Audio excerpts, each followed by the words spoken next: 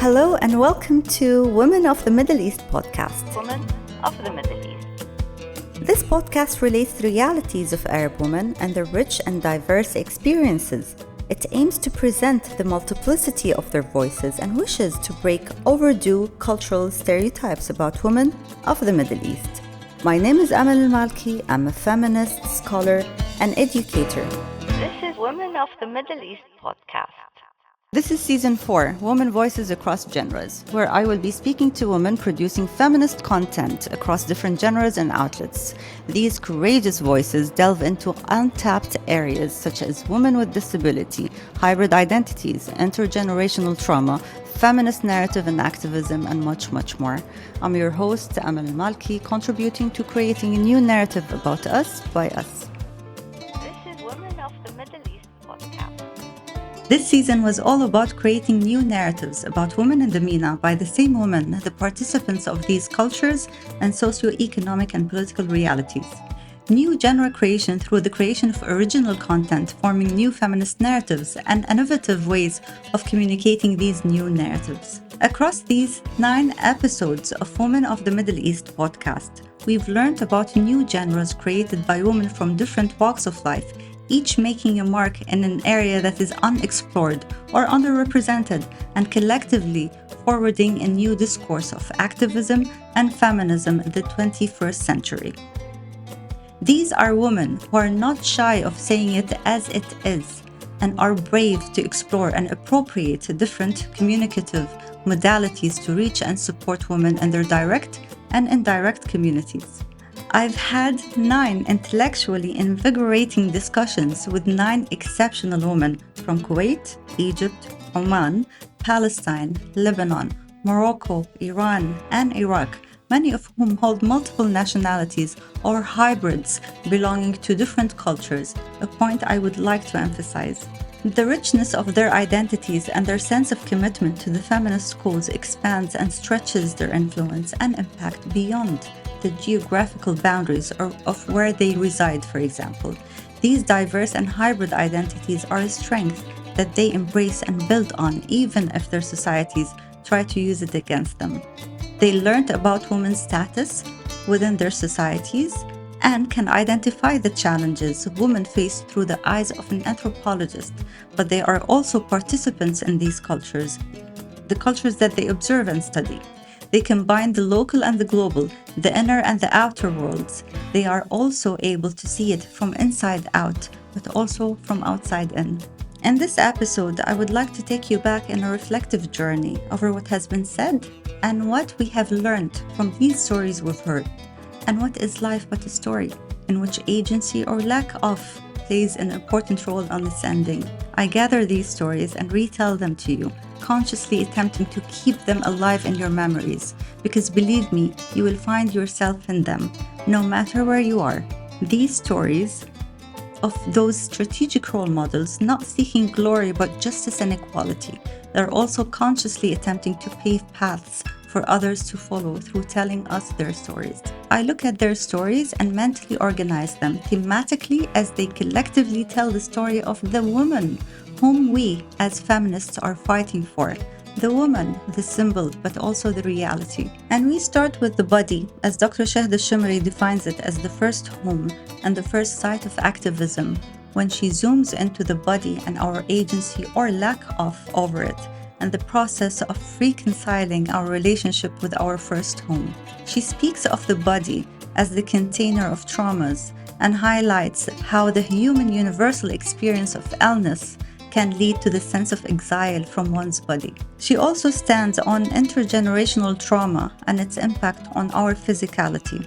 Her feminist illness narrative breaks taboos and redefines women's relationship with their own body, the female body. And we know as women from this region that the female body is the biggest taboo of all. She also touches on hybrid identities and sense of belonging to one's true self. Her narrative highlights the importance of voice and agency, the voice that needs to be heard and shared in the process of healing, leading to stating the restorative power of women, friendship, and sisterhood.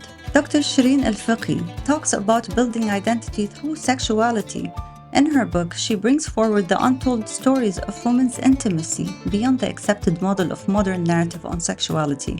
Again, women claim agency over telling their intimate stories. She also digs deep and resurrects historical evidence of more open and diverse narratives on sexuality.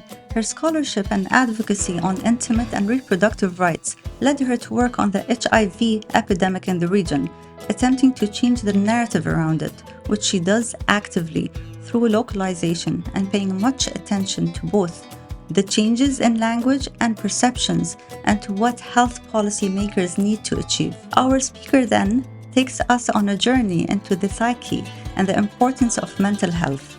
They do that through creating new narratives within the realm of psychology. I spoke to Her Highness Basma Sayed, who is advocating mental health and trauma healing. As both a woman and a psychologist, she touches on gendered health realities. She brings the youth to the narrative as main characters, speaks about self-esteem, family's role, education, and reclaiming women's power through mental health. Her Highness Sheikh Intisar al-Sabah creates a new narrative of healing for women who are mostly in need of it. She works on supporting them and creating new realities for themselves and their families and communities through the healing power of drama. She relates stories of women whom through drama therapy they overcome societal stigma, but more reclaim their self-worth and confidence in their abilities, emphasizing female bonding and power. Women do, to her and her narrative, no longer survive, but thrive. Our season then takes a turn outward, looking at women's activism, feminism, sisterhood, and its intersection with the media, sports, digital sphere, rights, and responsibilities. In my conversation with Hani Thaljiya, we hear firsthand the story of struggle, determination, and triumph of a woman invading a male-dominated space. Hani creates a new narrative for women athletes in the region. Football is not only a public space, but also a highly physical one. It is, as she emphasizes, a political instrument, promoting nonviolence, inclusion, and justice. In playing football, she creates spaces of freedom and moving beyond death and destruction to hope and opportunity, a space of feminist activism where she calls for equal rights and opportunities for women and building feminist networks around shared cause, creating a critical, collective force working towards change. Another public space is media, and narrative evolves from old media representation to creating new and transformative content on new media.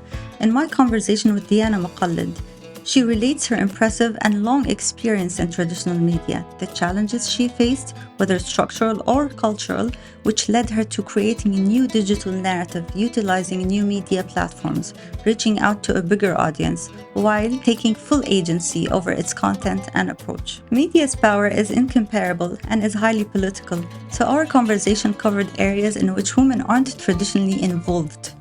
Politics, legal systems, patriarchy.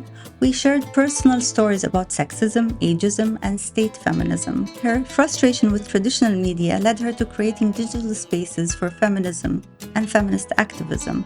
Her pride in being a feminist and speaking about cyberfeminism and social media's power in forwarding a new platform for women's voices free from control and censorship, defying claims that the Arabic language cannot carry feminist dialogues and content because it lacks the concepts and the equivalence of meanings through Arabizing our feminist narrative. When a media personality steps out of the limelight and chooses to turn it to highlight other women, here is a woman who chooses advocacy over fame, or in other words, uses her fame to empower other women. Aziza Nate Subaha's gender advocacy took several forms and yielded different results, from training and teaching to creating a new media platform focusing on women in sports.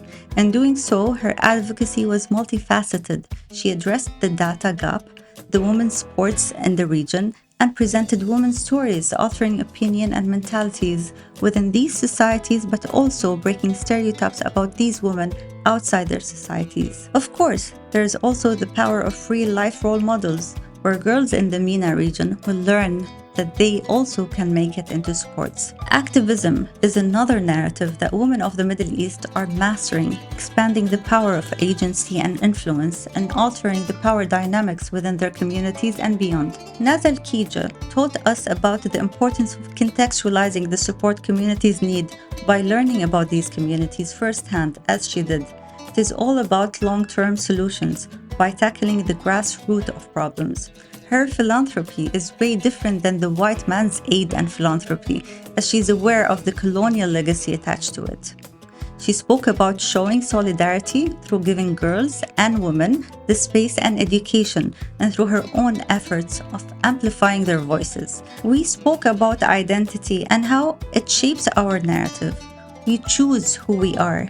In that too, we have an agency. She emphasizes that women and girls are at the intersection of everything she does, from public health to climate justice.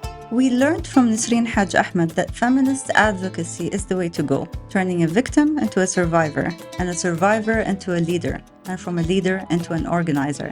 And this can happen only if you empower the individuals to tell their own stories and demand their rights and bring about change, and that people of the cause are the most deserving within our societies. She uses the power of knowledge, which she has obtained, after localizing it to better suit the very people she is set to support and empower.